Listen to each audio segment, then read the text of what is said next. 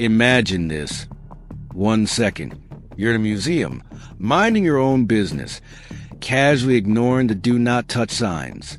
The next second, BM, a blinding light, a weird buzzing noise, and suddenly, you're standing in the middle of a prehistoric jungle.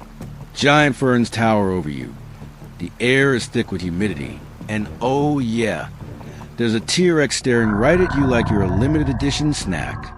Can you survive? Alright, first things first. Don't move.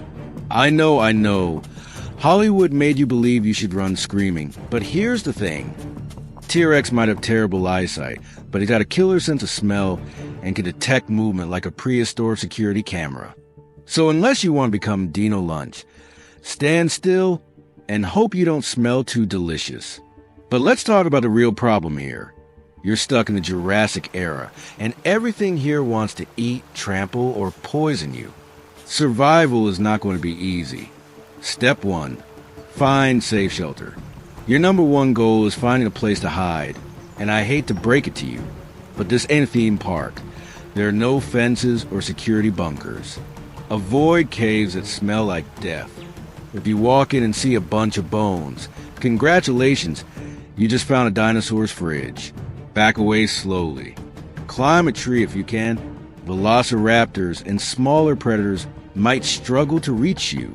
Just make sure the tree isn't home to something worse, like giant prehistoric bugs. Look for rock formations.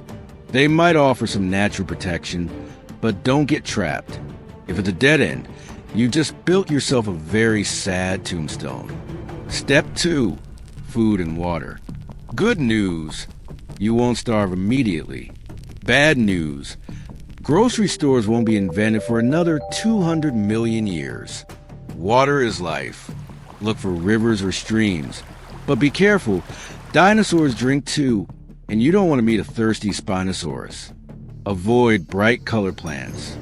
In nature, bright colors usually mean poison, and prehistoric plants are no exception. Fruits? Maybe. Some ancient fruits are edible, but unless you have a PhD in prehistoric botany, you're guessing. Hunting? Forget it. You're not built for chasing down dinosaurs. And you don't have weapons. Your best bet is scavenging, finding eggs or small critters that don't fight back. Step 3. Avoiding predators. If you think lions and bears are scary, welcome to the era where everything was oversized and aggressive. T-Rex. Stand still if it hasn't seen you. Run like hell in a zigzag pattern if it has. If it chases you, dive into thick vegetation and pray it gets bored. Velociraptors. These guys hunt in packs and are smart. Your best bet? Get high.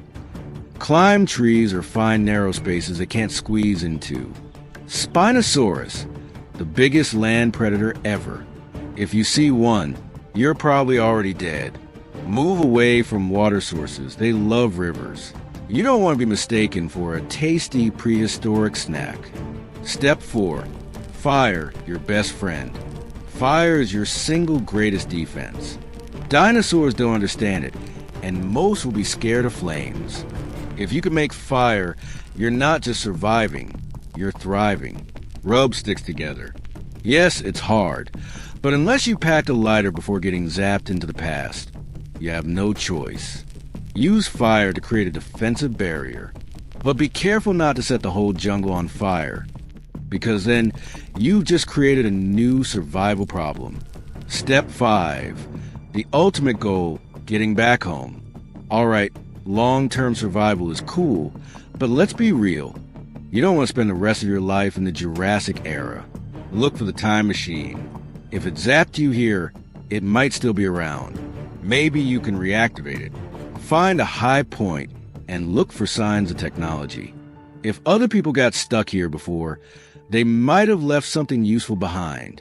If all else failed, survive long enough to become a legend.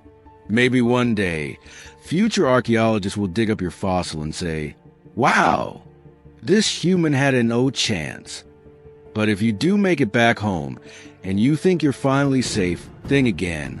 Because what if, after escaping the Jurassic era, You wake up in your own time only to find yourself stranded, injured, and completely alone, just like someone who actually survived against all odds.